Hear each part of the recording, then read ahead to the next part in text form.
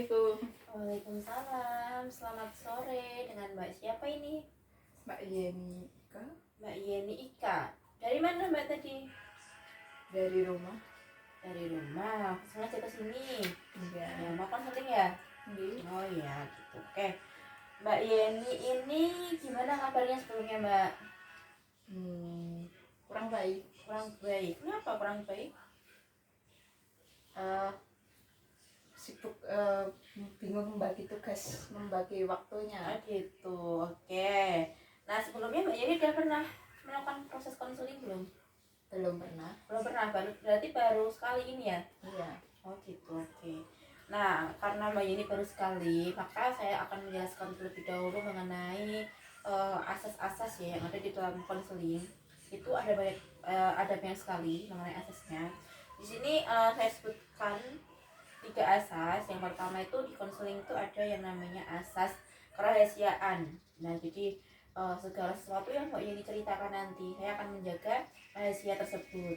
Nah, lalu yang kedua itu ada asas kesukarelaan. Jadi di sini Mbak Yeni mau berbicara apapun itu terserah Mbak Yeni, tanpa saya memaksa Mbak Yeni untuk berbicara. Jika itu memang Mbak Yeni belum siap untuk berbicara, mungkin bisa lain waktu seperti itu. Dan yang ketiga nanti ada asas keterbukaan. Nah, di sini Mbak Yeni pun bisa menceritakan segala sesuatunya secara terbuka itu kepada saya. Itu ya Mbak. Jadi mengerti? Di Oke, kita mulai ya. Tadi Mbak Yeni kurang baik tuh, kurang baiknya gimana ya? Karena ada hal apa? Karena kebingungan dalam membagi waktunya. Sebelumnya Mbak Yeni kesibukannya apa? Kuliah, kerja sambil mengikuti organisasi di luar. Kuliah, kerja sambil organisasi. Itu emang padat banget ya Mbak ya? Di Oh gitu. Nah, Mbak Yeni di sini antara kuliah, terus sama kerja, sama kegiatan itu condong kemana? Kemana? Maksudnya kayak lebih memprioritaskan kemana? Udah tahu apa belum? Sudah Di mana? kuliah. Di kuliah. Nah, kenapa memilih kuliah di sini? Kenapa kok condongnya lebih ke perkuliahan begitu? Karena tujuan utamanya kuliah. Oke, seperti itu ya Mbak. Berarti dari ketiga pilihan tadi atau ketiga hal yang Mbak Yeni miliki tadi, Mbak Yeni lebih condong ke perkuliahan karena emang Mbak Yeni tujuan awalnya berkuliah. Nah, setelah berkuliah, Mbak Yeni punya tujuan lain Punya apa? kerja mungkin. Kerja dulu berarti. Kenapa Mbak Yeni memilih bekerja di sini? Karena kerja untuk meringankan beban orang tua. Oke, seperti itu ya. Berarti Mbak Yeni bekerja itu untuk meringankan beban orang tua. Di sini Mbak Yeni kalau boleh tahu anak keberapa? Anak terakhir. Anak terakhir. Punya kakak berarti ya? Nggih, Berapa kakaknya Mbak? 2. Oh gitu, berarti emang Mbak Yeni tuh itu ya, apa namanya, Mbak Yeni nggak pengen merepotkan orang tua untuk memperoleh semua hal. Jadi kayak Nggih. Mbak Yeni mungkin udah itu ya, udah apa namanya, belajar dari kakak-kakak Mbak Yeni bahwa untuk mendapatkan sesuatu tuh bisa belajar sendiri, Nggih. mencari sendiri seperti itu. Nah oke, di sini kita udah menemukan permasalahannya. Yang pertama karena Mbak Yeni tuh tujuan utamanya kan kuliah, tapi Mbak Yeni juga ingin meringankan beban orang tua yaitu dengan bekerja. Terus kenapa Mbak Yeni mengikuti kegiatan di kampus? Itu kegiatan apa kalau boleh tahu? Pramuka. Kenapa Mbak Yeni mengikuti pramuka? Karena untuk mencari relasi. Oh Memperbanyak begitu. relasi. Jadi di sini Mbak Yeni untuk memperbanyak relasi itu untuk mungkin kedepannya biar lebih menggampangkan dalam ya nanti kalau dalam karir seperti itu ya. Oke. Jadi ya tahu di sini permasalahannya kan antara 3 itu. Nah, di bagian kesulitan membagi waktu tuh di sebelah mananya? Kalau ketika apa ya, kegiatan, kalau baru padat-padatnya kegiatan, tapi ada masuk kerja, masuk kuliah, itu di jam yang sama. Iya. Jadi kerjanya itu Mbak Yeni ngikut jam sana Ya. patokannya jam sana, jadi nggak bisa dipindah-pindah gitu ya Mbak.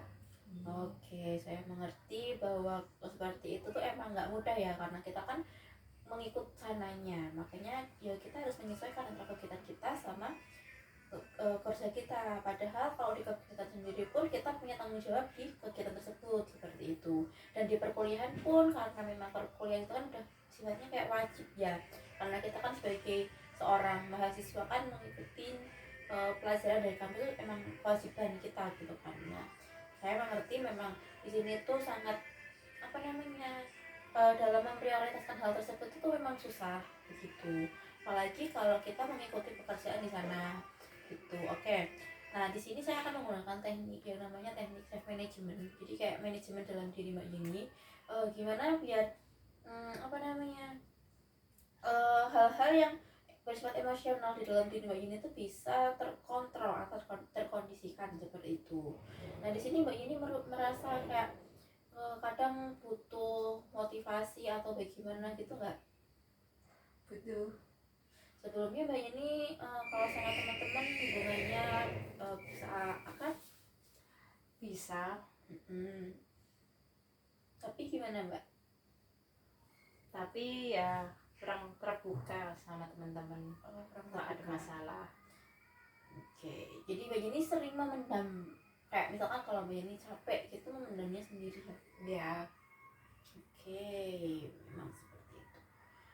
Nah, di teknik self management ini Mbak Yeni bisa yang namanya menerapkan reward dan apa ya, suatu itu kayak suatu apresiasi gitu buat diri Mbak Yeni. Misalkan nih Mbak Yeni pertama dari ketiga apa tadi namanya, ketiga permasalahan bukan masalah, tiga keprioritasan yang udah Mbak Yeni pilih tadi, mungkin dari ketiga itu untuk ya misalkan maksudnya untuk mengatur hal tersebut biar kedepannya bisa terstruktur. Tadi Mbak Yeni bisa menerapkan mana yang lebih prioritas dulu, karena memang kuliah itu suatu hal yang bersifat wajib, dan di perkuliahan itu kan kadang ada maksimal izinnya ya sampai 3 kali ya kalau nggak salah. Nah di situ kan Mbak Yeni bisa memanfaatkan, bisa mencari celah kapan nih Mbak Yeni bisa memakai izin tersebut. Kalau memang ada hal kegiatan di luar yang memerlukan untuk izin, nah di situ bisa mengambil izin gitu. Lalu misalkan ada kegiatan yang ternyata bentrok sama pekerjaan Mbak Yeni, nah di sini Mbak Yeni bisa kayak apa ya, negosiasi sama bos untuk bertukar jadwal. Kalau kan ada shift ya Mbak itu? Iya. Ada shift. Nah di situ bisa negosiasi untuk bertukar jadwal.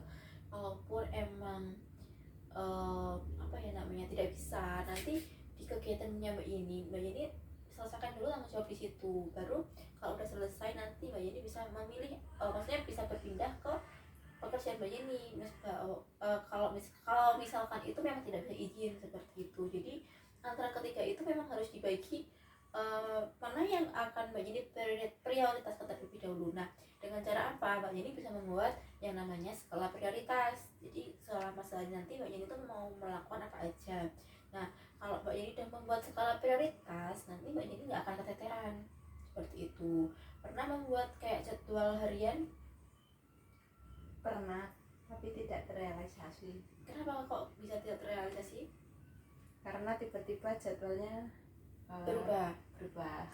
Oke, kalau yang begitu biasanya setiap pagi itu Mbak Yeni buat dulu kan jadwal hari ini mau ngapain aja gitu kan. Nah, memang kalau misalkan selama di pertengahan jam itu ternyata jadwalnya berubah, sebisa mungkin langsung memutar otak untuk merubah ulang jadwal yang Mbak Yeni buat.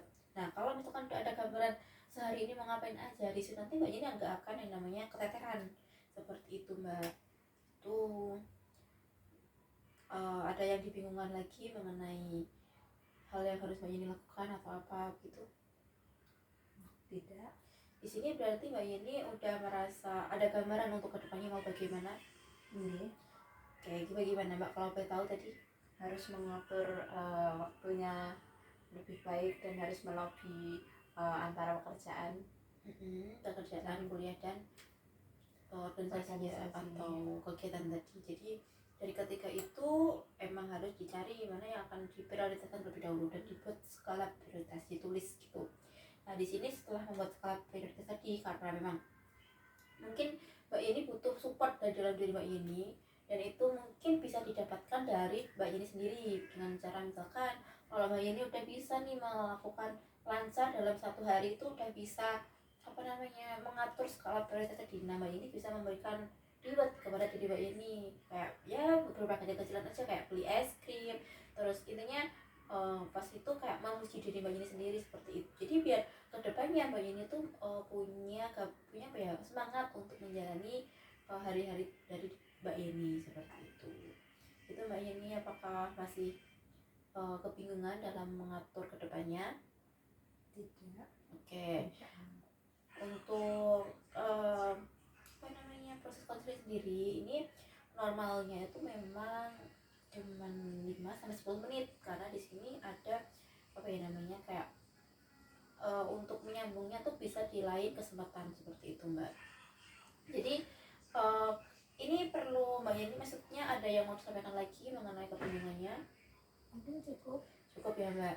Jadi untuk sementara untuk pertemuan yang pertama ini sampai di sini dulu. Jadi untuk Mbak Yeni tahu dulu perkembangan apa yang akan Mbak Yeni lakukan ke depannya. Nah, nanti setelah 1 minggu ke depan saya akan membuatkan jadwal konseling lagi. Mungkin di minggu depan Mbak Yeni bisa kembali ke sini lagi untuk saya follow up terkait kelanjutannya seperti itu ya Mbak.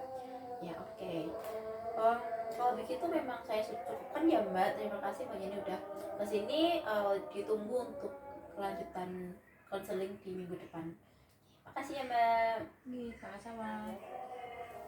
Assalamualaikum.